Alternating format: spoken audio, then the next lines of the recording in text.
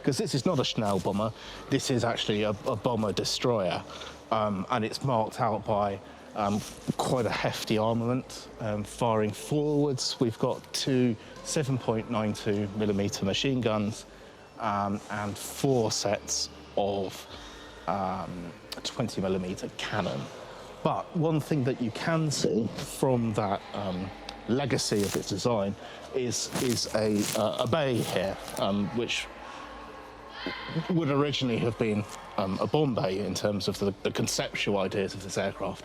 But they fitted it with extra cannon when they thought it would have been good as a bomber destroyer. It could also carry 4 Werfer Granate 21 rockets on its wings, so really did pick a powerful punch.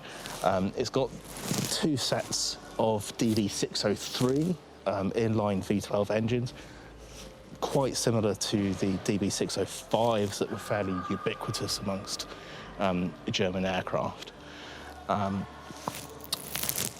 Was it successful as a type, as a bomber destroyer? Well, not really. The issue with having such an heavy aircraft like this with 2 engines, it doesn't have much manoeuvrability. So when the Allies started employing escort fighters in large numbers, these were starting to prove very vulnerable.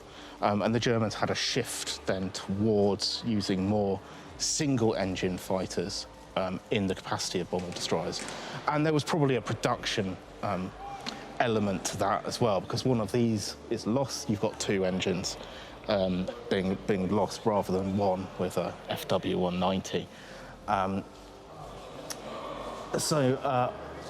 On the whole, not a terribly successful design, although it did have a few victories air-to-air, but long-term not enough to make a difference to the outcome of the war.